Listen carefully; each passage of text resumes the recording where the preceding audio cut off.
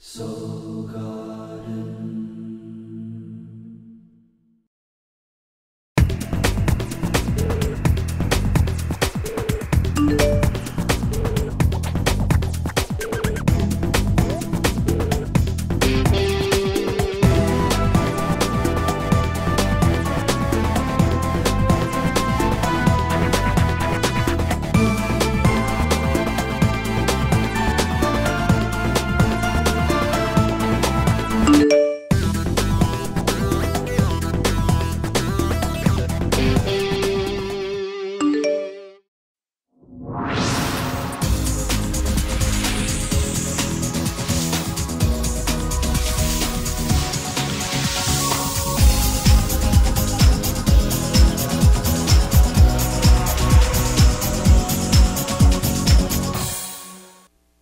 Hello, Officer Scorpio. Welcome to Soul Horoscopes Weekly Edition. My name is Christopher Witecki. And pardon my tardiness this week, I got food poisoning from an unnamed fast food chain. Check in the box. Excuse me. Well, moving on, I do want to bring up one little thing. It's called Lightcast Boot Camp, and it goes live here in 2 weeks. This is a 6-week course where I will teach you how to manifest reality. And I got to tell you, a good percentage of our students last summer manifested exactly what they were intending to do. It's not a simple process, but it is one that can be learned and mastered. So if you want to know more and you want to lightcast something in your life, if you're ready to use that magic wand, come to lightcastbootcamp.com. Now, the Scorpio tribe, what are they working on? You are working on your self-nurturing state of awareness. Remember, there are 12 states of awareness in our soul. One state of awareness, one part of our soul, does nothing but see if we're okay. It is the self-nurturing state of awareness, also known as cancer. In fact, when people don't see if they're okay, that's usually when they get cancer. Ironic. This month, you are working on that self-nurturing part of yourself. Many of us light workers were raised in families where we had to help everyone all the time, and we very much forgot to take care of ourselves. And we're learning in our late 30s and 40s and 50s and 60s, oh, I guess I've got to take care of myself. Yes, you do. In fact, I don't think God has anyone taking care of her. I would imagine that the God consciousness is self-regulating. And if that is our icon of what we want to be, more godlike, well, then we got to take care of ourselves. So on Monday, when I was absent, it was a Venus day, a day to bring peace and tranquility back to your self-nurturing. The moon was in your sign, so you're probably feeling a lot stronger. And that was a day where you could probably go do what was necessary for yourself to bring peace back to your self-nurturing. Maybe your emotions needed something. Maybe your home needed something, because our home nurtures us, right? It is our groundedness. Our family supports us, or should, at least the one we create after we are conscious and have our own rights to us, right? But Monday was a nice Venus day, and the moon was in your sign. On Valentine's Day, the moon was still in your sign, so anyone who dated a Scorpio was really getting 100% awesome Scorpio vibration, probably feeling strong. Though Neptune was ruling the day, and that was an intuitive day on Valentine's Day, the universe was speaking to you telepathically or through your intuitive senses, and hopefully you got some information, maybe something you needed to know about a family member, maybe something you need to know about helping yourself, or maybe realizing something about your own self-nurturing that you needed to realize. On Wednesday, Saturn rules the day. When Saturn rules the day, it is time to make a decision. This is one of the 12 steps of light casting reality. You have to draw a line in consciousness and exclude and point to. Right? It is time to commit on Wednesday. What are you committing to? You are committing to a self-nurturing level of quality service.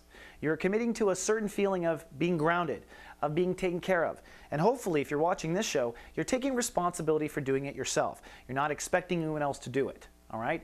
None of these contracts where I wash your back and you wash mine. That's cool when you're in a pickle, but that you can't maintain that kind of reality if you want to be a master and you want to do some cool light casting. So it is time to decide what your policy is. Now notice the sun is trining Saturn itself. Saturn is at 29 degrees Libra.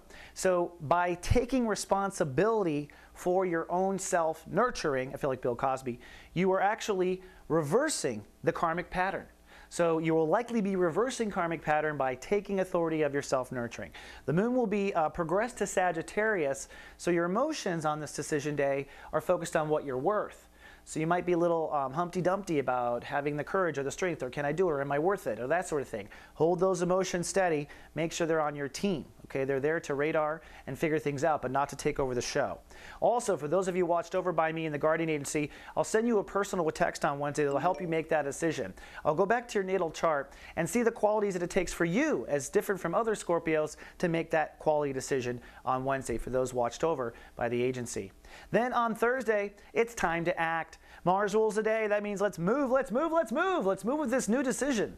So if you decided that you're going to upgrade your bedspread because you want to sleep better, because that's better self-nurturing, go shopping on Thursday. One of the qualities of manifesting reality is you must take it and put it into action. All right?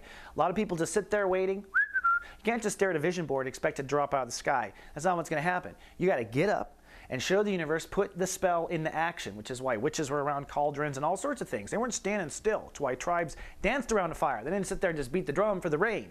They put it into action. You put it into action, and we'll remind you in GA.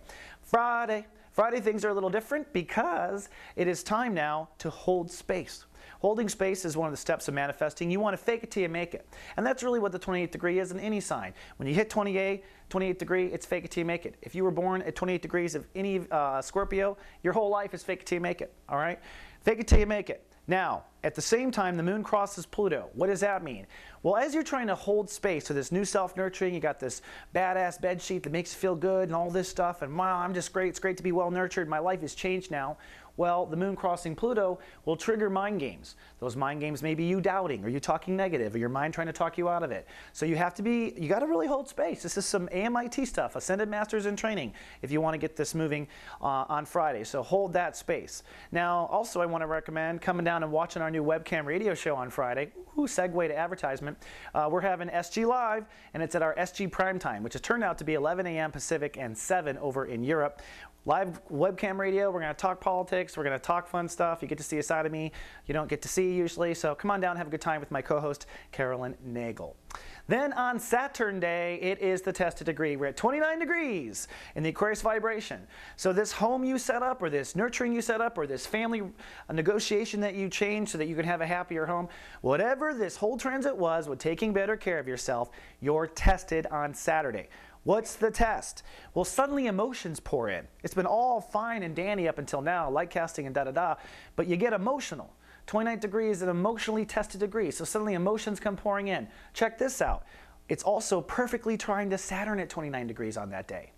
So what that means is if there's ever a day where you're going to reverse your karma, it's going to be on Saturday, holding space. So sweat through it, breathe through it, just hold that space. Don't let your emotions talk you out of this new self-nurturing. If anything, amplify your self-nurturing and make your emotions feel better. Show the universe you're so serious about feeling good that you'll even do better. And for those of you in GA, I will text you again and send you, based on your natal chart, what it takes for you to surrender. Because sometimes it's hard to let go, and you really want to just let go and let your emotions be. So I'll text you that to help you along if you're in GA. On Sunday, a lot of the emotion is over. Thank goodness for that, right? The moon will move into Aquarius, so you're going to kind of need to self-nurture.